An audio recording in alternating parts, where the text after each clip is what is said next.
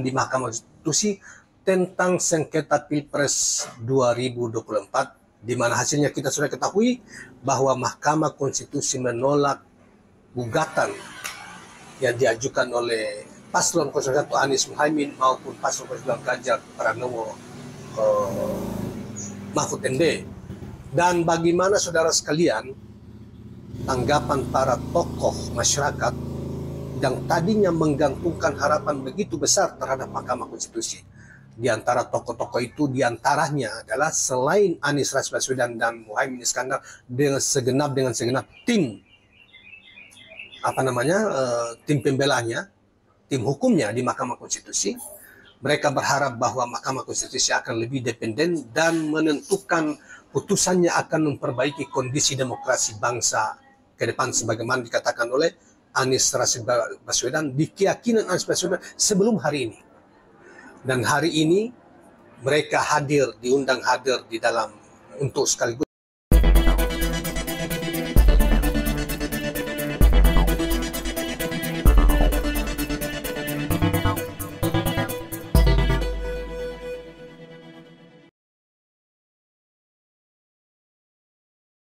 Assalamualaikum warahmatullahi wabarakatuh.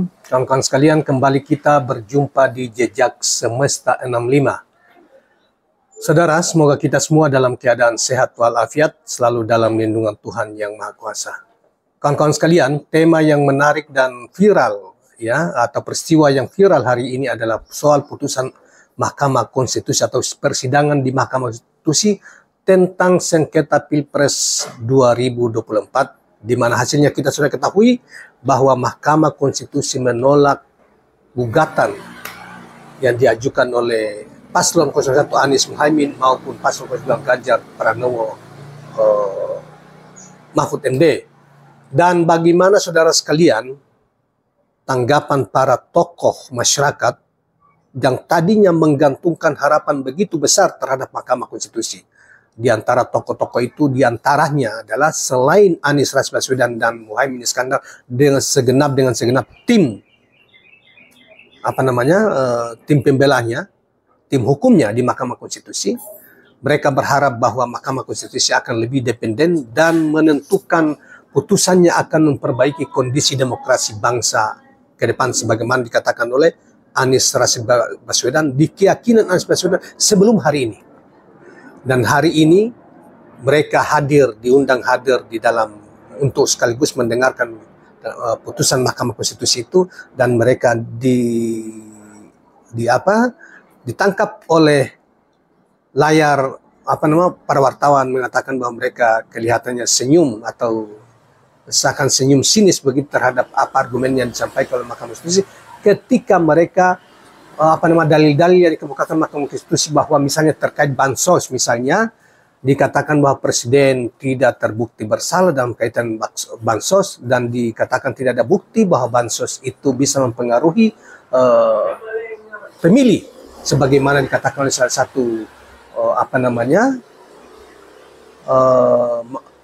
hakim Mahkamah Konstitusi berasal dari Partai Persatuan Pembangunan yang baru saja beberapa bulan yang lalu dilantik sebagai Mahkamah Konstitusi.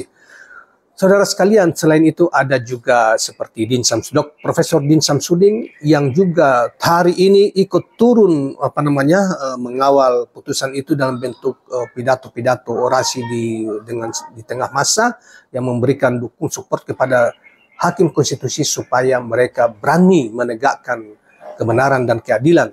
Namun ternyata harapan-harapan itu seakan-akan hakim konstitusi menghadirkan harapan palsu bagi mereka, dan mereka walaupun sampai di tengah-tengah perjuangan mereka menegakkan keadilan atau mensupport hakim supaya menegakkan keadilan, kejujuran, sampai ambruk pingsan di tengah masa sebagaimana kita saksikan pada Din Samsudin hari ini, ambruk terpaksa mungkin karena kecapean atau harapan mereka terlalu melambung tinggi terhadap Mahkamah Konstitusi dan tiba-tiba kenyataan bahwa Mahkamah Konstitusi menolak atau mengabaikan harapan-harapan mereka untuk memperbaiki keadaan bangsa ini, sebagaimana juga diharapkan para guru-guru besar di berbagai perguruan tinggi di UGM, di UI, dan berbagai perguruan tinggi di Indonesia untuk mengharapkan bahwa Mahkamah Konstitusi adalah pintu terakhir untuk perbaiki bangsa ini, perbaiki kondisi demokrasi bangsa ini yang menurut mereka telah dirusak oleh Presiden Jokowi melalui pemilu kemarin.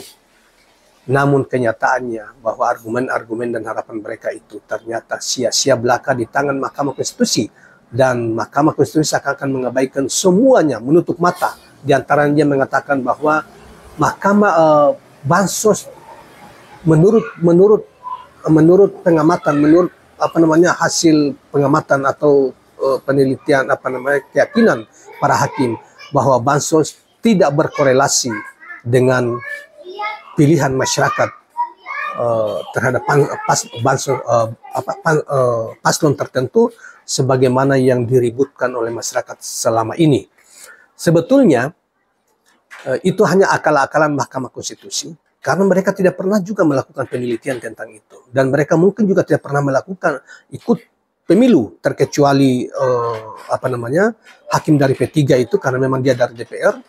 Dan nyata-nyata orang ini kita pastikan berbohong, karena sesungguhnya setiap pemberian terhadap masyarakat itu punya pengaruh efek elektoral ada di sana. Saya sebagai orang yang pernah mengikuti pemilu berulang-ulang, peserta pemilu, menyaksikan dan membuktikan hal itu. Oleh karena itu, apa yang dikatakan oleh Hakim Konstitusi mengatakan bahwa bansos tidak ada kaitan, tidak punya pengaruh, adalah omong kosong dan tipu daya semata, sebagaimana yang digiringkan opini oleh para surveyor seperti Khodari maupun lain-lainnya. Jadi itu adalah omong kosong. Dan kita tahu bahwa dikatakan bahwa Prabowo Gibran tidak melakukan mempengaruhi peserta dengan bansos adalah juga omong kosong semata. Mudah-mudahan mereka dibutakan oleh Allah, oleh Sang Maha Pemberi penglihatan, di mana mereka menyaksikan di berbagai media diungkap bahwa betapa bansos itu masyarakat dipengaruhi melalui kantong-kantong bansos yang dilakukan oleh Prabowo Gibran. Walaupun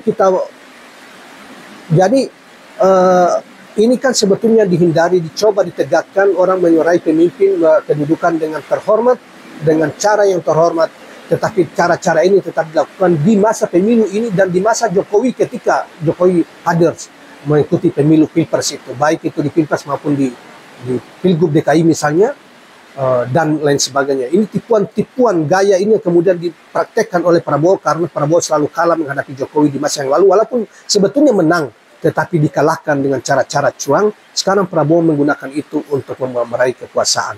Nah, oleh karena itu, bila para hakim ini menganggap bahwa ini tidak ada sama sekali misalnya operasi bansos untuk mempengaruhi para pemilih oleh paslon tertentu atau paslon siapa saja, maka itu adalah kebohongan yang ditebar di Mahkamah Konstitusi. Oleh karena itu, kawan-kawan sekalian, berbagai dalil yang dikemukakan hari ini yang dimuat oleh media online, di media tersebar di media online maupun di media-media yang lain, itu adalah sangat boleh dikata menebar kebohongan. Mahkamah Konstitusi telah membangun suatu konstruksi pikiran yang bertentangan dengan kenyataan tentang Pilpres kemarin ini. Jadi omong kosong mereka. Oleh karena itu, menurut saya melalui video ini, kita nanti hadirkan beberapa pendapat dari para pakar misalnya, walaupun pasti pendapat-pendapat Mahkamah Konstitusi ini yang tadinya diharap bisa melakukan perubahan-perubahan, menegakkan keadilan, kejujuran, itu tidak terpenuhi oleh Mahkamah Konstitusi. Jadi dianggap terlalu berlebihan para tokoh membangun harapan kepada Mahkamah Konstitusi itu. Dan karena ternyata Mahkamah Konstitusi adalah seperti dulu-dulu saja, tidak ada perubahan apa-apa, dan mencoba seperti Hakim Salih Isra yang mestinya itu menjadi haknya untuk melakukan putusan apapun yang dilakukan, jangan lagi melempar masalah-masalah pemilu itu ke sengketa pemilu itu ke DPR misalnya. Itu satu hal yang salah, karena memang sengketa pemilu itu diberi kewenangannya itu ke Mahkamah Konstitusi. Ya, apalagi Pilpres. Jadi kalau Salih mengatakan bahwa DPR tidak boleh diam dengan soal ini, itu salah juga. Dia sebetulnya mau giring DPR untuk supaya kenapa tidak melakukan hak angket, dan dia sebutkan itu, menyatakan pendapat dan sebagainya. Itu benar juga. Tetapi soal sengketa ini harusnya dia menegaskan, walaupun dia menegaskan bahwa dia di pihak yang mendukung gagasan Anies maupun Ganjar, tetapi di sisi yang lain harusnya itu dia bertempur dari dalam, dan walaupun setiap hakim agung itu memiliki independensi masing-masing pikiran mereka, tetapi tidak memperlihatkan kesolidan mereka untuk soal-soal ini. Dan ternyata bahwa mestinya juga Saldi Isra juga menyatakan bahwa bansos punya kaitan dengan keterpilihan seseorang dan sebagainya. Tapi kan dia tidak ini ketika rekannya yang lain mengatakan bahwa tidak keterkaitannya. Itulah sebabnya membuat orang semakin kecewa terhadap seluruh hakim Mahkamah Konstitusi, terhadap putusan-putusan mereka yang atau pikiran-pikiran mereka, apalagi Arief Hidayat yang tadinya itu justru punya logika terhadap Gibran misalnya, sekarang berbanding terbalik 180 derajat. Oleh karena itu orang wajar memberi kecurigaan terhadap Hakim Konstitusi bahwa Hakim Konstitusi kemungkinan sudah diintervensi oleh Presiden, sebagaimana dikatakan oleh Din Samsudin bahwa Hakim Konstitusi telah dibayar sebagaimana dikatakan oleh masyarakat, kelompok masyarakat yang lain, telah disuap oleh penguasa untuk meloloskan Gibran Raka Buming Raka maupun atau tidak boleh mengutak-ngatik kemenangan Prabowo Gibran itu. Itu banyak spekulasi-spekulasi yang ditimbulkan oleh itu. Dan ada lagi Arief Hidayat mengatakan bahwa tidak ada bukti bahwa KPU dan Bawaslu itu tidak independen dan lain sebagainya. Jadi memang seperti yang dikatakan oleh para ahli-ahli yang lain bahwa tidak mungkin membuktikan secara sempurna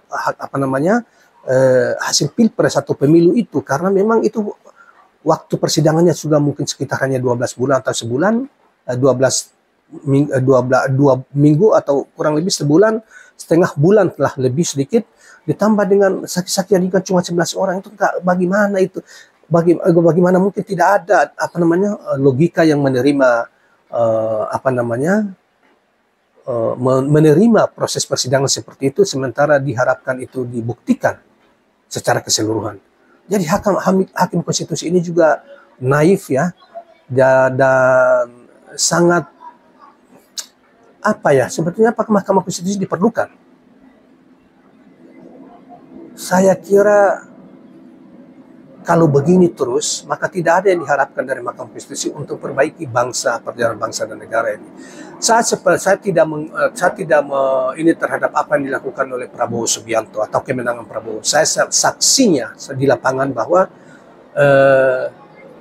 ketika saya di Halmahera Selatan, di desa saya, di sebuah desa di Halmahera Selatan, Kecamatan Manjoli Selatan, saya berada dalam 2 atau 3 hari sebelum pemilu, saya berada di situ dan mengamati itu, dan kebetulan di desa itu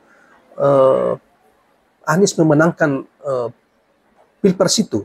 Pilihan masyarakat terhadap pilihan masyarakat itu kurang lebih 70-80% itu ke Anies dan sisanya ke Prabowo dan Ganjar. Tetapi ketika saya cek ke desa-desa yang lain kiri kanan, semuanya Prabowo yang memenangkan itu. Saya tidak melihat ada gejala bahwa ada penggiringan. Karena waktu saya datang itu menurut temannya mengangkut bansos itu sudah dihentikan 1 minggu atau 1 minggu sebelumnya. Dihentikan, tidak boleh ada bansos beredar karena waktu itu ada kebijakan nasional tidak boleh. Tetapi sebelumnya kan sudah dilakukan.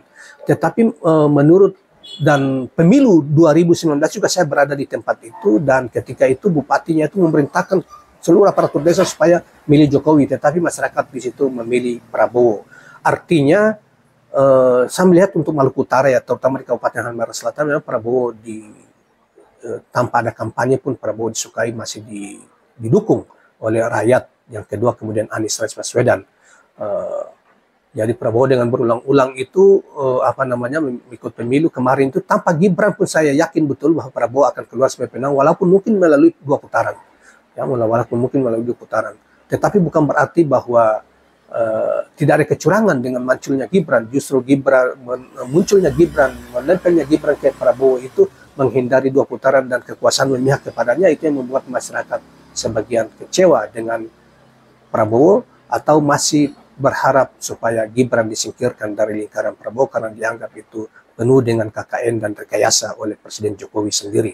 Itulah kira-kira yang menyebabkan. Jadi bagaimana tanggapan masyarakat, tanggapan terhadap putusan MK hari ini, paling tidak ada 2 hal yang ada 2 hal yang penting yang bisa kita kutip ya. Ada 3 pendapat atau 4 pendapat kita kutip. Yang pertama adalah sikap Anies Ganjar sendiri yang merespon dalam bentuk gerak mimik ya, itu adalah sinis terhadap apa yang dikemukakan oleh sinis terhadap putusan Mahkamah Konstitusi dari argumen yang dikemukakan oleh para hakim Mahkamah Konstitusi yang mungkin tidak masuk akal dan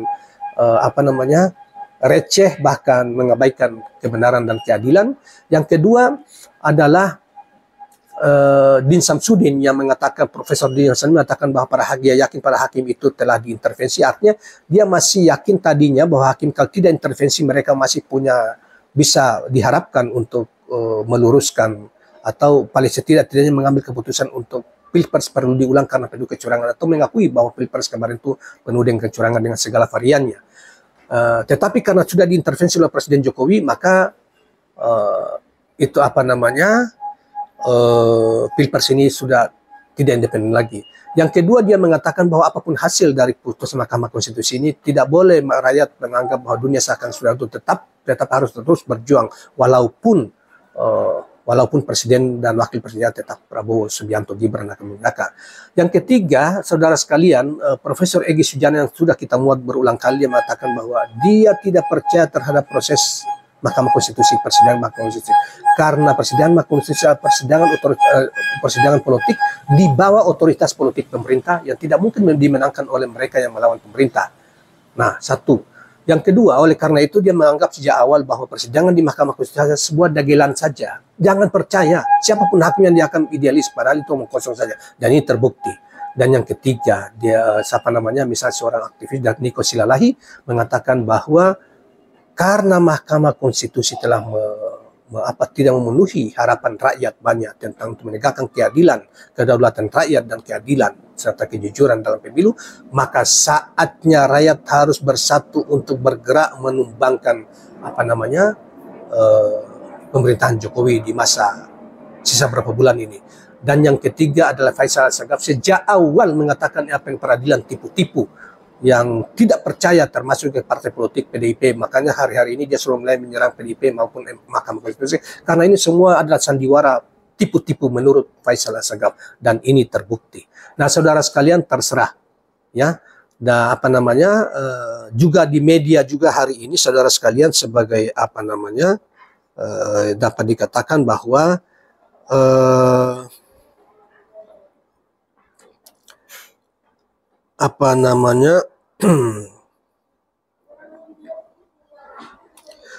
dikatakan bahwa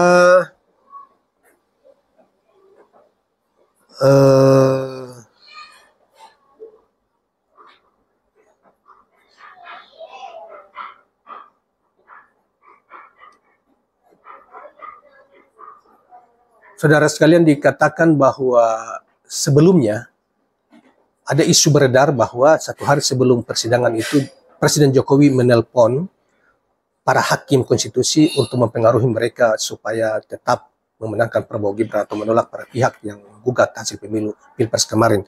Sebagaimana dimuat saudara sekalian oleh salah satu media, yaitu kalau tidak salah itu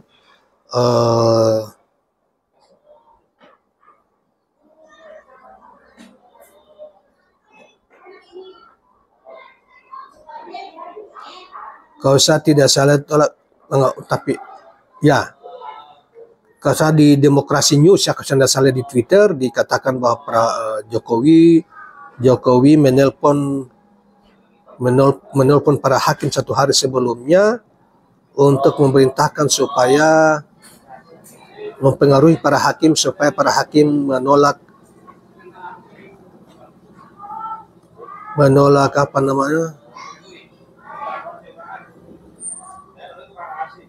para hakim menolak putusan gugatan dari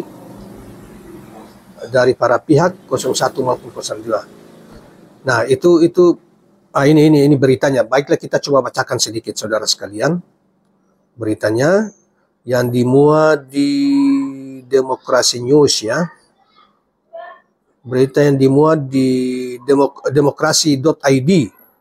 Dikatakan bahwa jubir Mahkamah Konstitusi Fajar Laksono merespon kabar liar yang menyebut Presiden Joko Widodo menelpon hakim jelang putusan gugatan Pilpres besok Senin, maksudnya kemarin ya.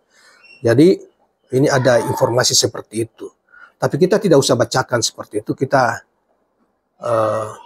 berita ini entah dari mana, dikatakan bahwa ia mengaku tak tahu siapa yang menyebar isu itu.